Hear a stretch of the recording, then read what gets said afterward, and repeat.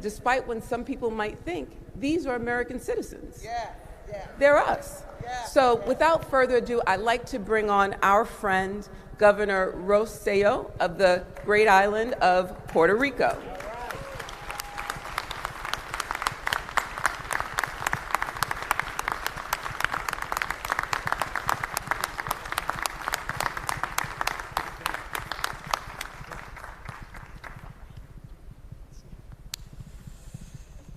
Good morning. Morning. Morning. May the Lord bless all of you. Thank you for this great opportunity. I mean, if you're passionate about civil rights, as I am, this is the place you want to be. This is where it all started. And I am thrilled to be here. I want to thank President Johnson, Vice President Russell. I want to thank Hillary as well for his leadership in all of this process, and everybody that has made this event possible.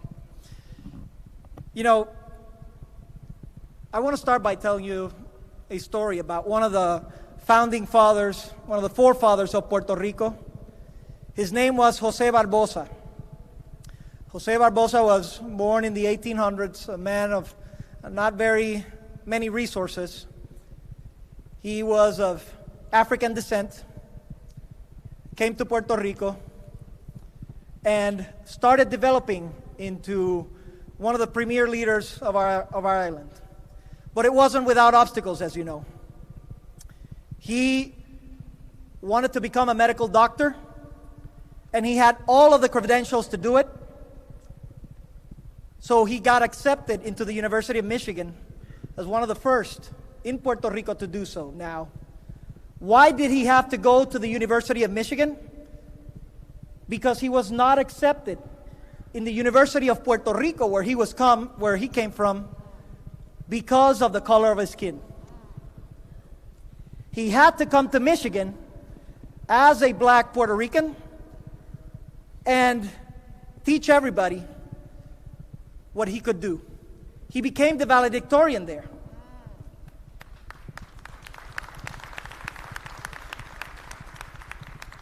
And once he had that experience, and mind you, this is the late 1800s, he saw the interesting project that the United States of America was unfolding. He knew, by all accounts, that equality was not there, but that the aspiration for equality was a project that he wanted to be part of.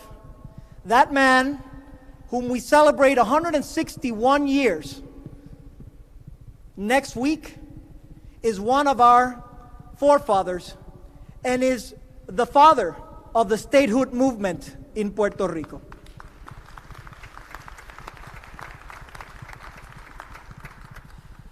Now, why is this important? Puerto Rico has had a very strong history of civil rights limitations. We were first colonized by Spain, and we were a possession of Spain for 400 years.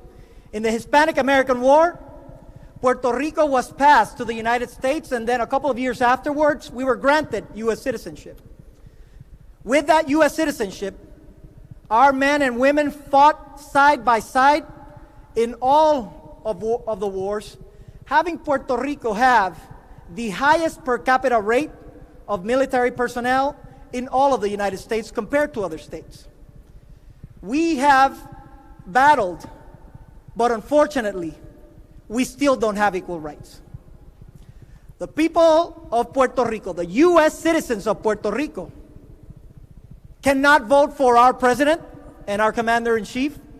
We cannot vote for a voting member of Congress. We don't have equal rights when it comes to Medicaid, when it comes to education, and when it comes to other programs. It is time to make a change and end colonialism. Colonialism in the 21st century is segregation in the 21st century. Now, a lot has happened, fortunately, in the past couple of years that has given new light to this conversation. Puerto Rico is now, as was Washington, D.C. at one point, under the guise of a fiscal oversight board, completely sidetracking our democratic rights in Puerto Rico. If that wasn't enough, Puerto Rico also felt the pain of the most devastating disaster in the modern history of the United States, and all of you saw it and are seeing it on your screens. And after seeing that impact, many people in the United States that did not know we were U.S. citizens now know that we're a full part of this nation. But it was also clear that U.S. citizens in Puerto Rico don't have the same rights, that we were treated differently than other citizens in Texas and Florida and other parts of the United States. And that is simply not the way that the United States needs to go. That is simply not part of the fabric of the great nation that we support. And that is why I am so proud to be here. That is why I am so grateful for your leadership, for embracing the only way we can get equal rights, equal participation for the people of Puerto Rico, which is getting that 51st star on the U.S. flag and making Puerto Rico a full state of the United States.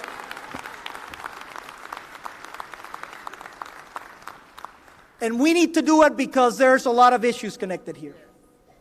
I think a lot of you saw past week when a young Puerto Rican woman in Cook County had reserved a place to have a meeting, a party with her family, and another individual started insulting her and berating her because she wore a Puerto Rican flag.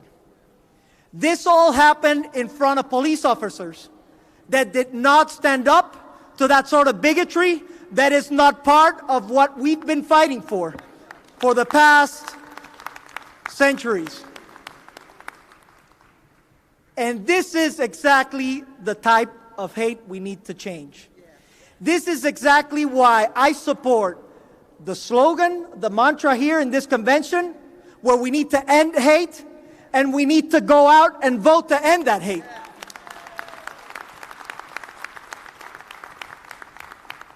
And we need to do so because, whether we like it or not, it is gut check time for America. It is the time for us to realize and to define what we want to be in the future.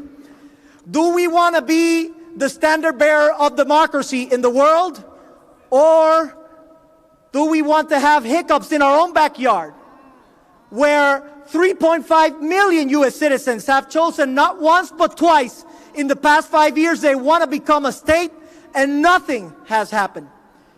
Do we want to give way to bigotry and hate? Or do we want to start a conversation of decency and common courtesy and equality for everybody, and showcase that United States is the place to do so? You have stood up in the past. You have made the difference in the past. You have fought for our civil rights, for our way of life, for inclusion, for welcoming others that are different, for making that a piece of the fabric of the United States, for making us greater in that context. So today, I stand before you humbly to ask you once again for your support. Ask you, as John Lewis did in the past, to support, not to support. I'm asking you to rise up and stand up and support Puerto Rico. I'm asking you to stand up for civil rights. I'm asking you to stand up and fight for equality. I'm asking you to give way to our life and to not shy away from the battle that is ensuing for our civil rights, for our liberty. With you together, we will build a better Puerto Rico and a better nation. God bless you, and thank you.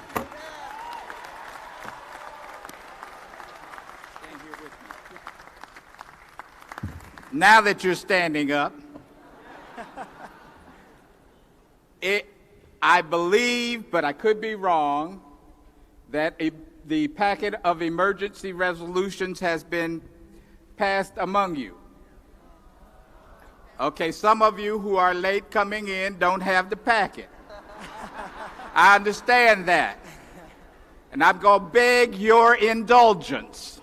I'm going to beg your indulgence. In that packet is a resolution that says NAACP strongly supports the Puerto Rico Admission Act of 2018.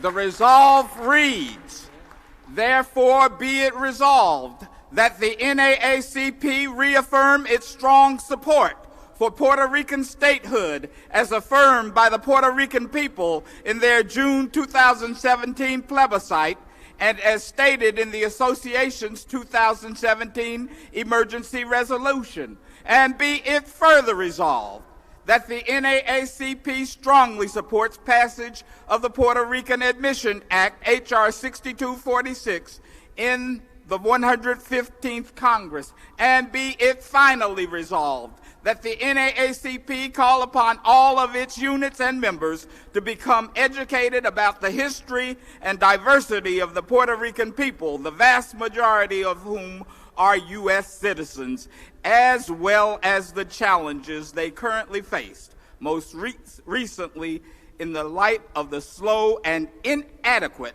federal government response to the damage inflicted on the island by Hurricane Maria. I would entertain a motion to adopt this resolution. Is there support? Delegates, those in favor will raise your voting cards.